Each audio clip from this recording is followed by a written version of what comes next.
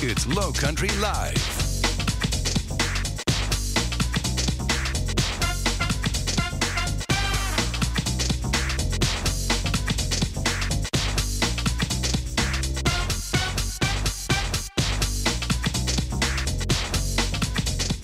And coming up next, moving from soldier to every citizen. It's a process not only for the service member, but for the entire family. And one man knows that military life firsthand.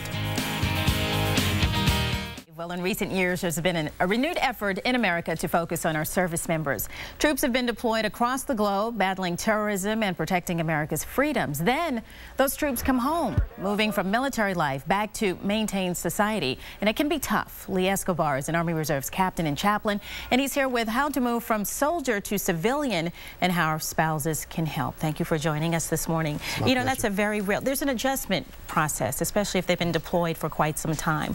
They're coming back and they've got to make that transition. And sometimes the spouses have to be really involved and help with that transition, right? Correct. Now, what are some ways that spouses can help with that initially when their soldier comes back? Well, first of all, they need to start preparing before the soldier actually returns or for their military member returns. And the most important thing is to share, get goals together and share those goals together.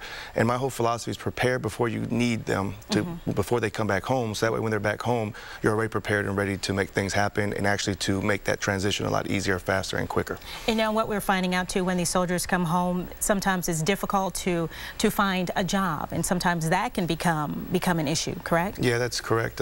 It's unfortunate, and I've seen it so many times. You have the military member in charge of millions of dollars of equipment, also coming back and protecting lives and in charge of a lot of personnel, have to come back to the United States or come back home or even retire, and next thing you know, they're either working at McDonald's or working at a gym. They can't even find a job.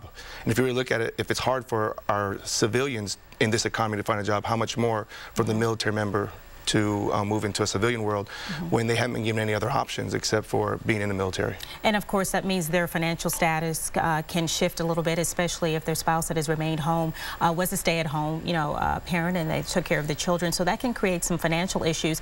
But you have ways that they can get more financially sound. That's correct. In my book Rich Soldier, one thing that I really focus on is that there's several areas that we have to change. First of all, they have to evaluate, and in the evaluation process, where are you at, where you're going, how you're going to get there, and make sure that this actual spouse is doing that together with the military member.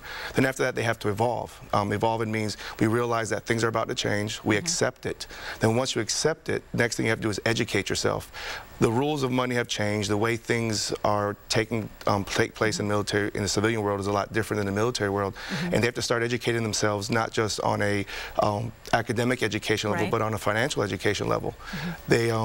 I really believe they're taught what they're taught when they get out is the only option that they have is to get a job, work for someone else. But I want to give our soldiers and our military members another option. That's entrepreneurship. That's being investors. That's opening up their own business, because our soldiers and our military members have so many qualities and traits that could give them a better financial security in an economy like this by opening up businesses and being entrepreneurs. And you do training like that around the country, talking about just how to do that. Absolutely. I travel around the country pretty much. The weekends that I do go out, I'm teach anywhere between 100 to 150 people every weekend about financial security, financial independence.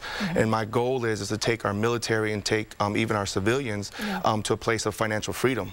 Because in today's economy, we can't trust a job. We're taught that having a job is safe, but what we've realized in the years is it's risky. We're taught that investing is risky, but it's actually safe once you know how. That's where the educational process comes in. Learn a financial education. Just like you're taught how to get a job, you can be taught how to become an entrepreneur and a successful one.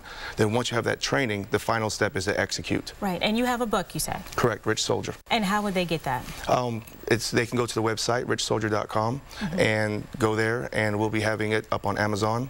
And once it comes out, they'll be able to get access to it. All right, well, thank you, sir. Thank you, sir. My pleasure. As a former Army vet myself, congratulations, and thank you so much. All right, thank you very much. I appreciate it.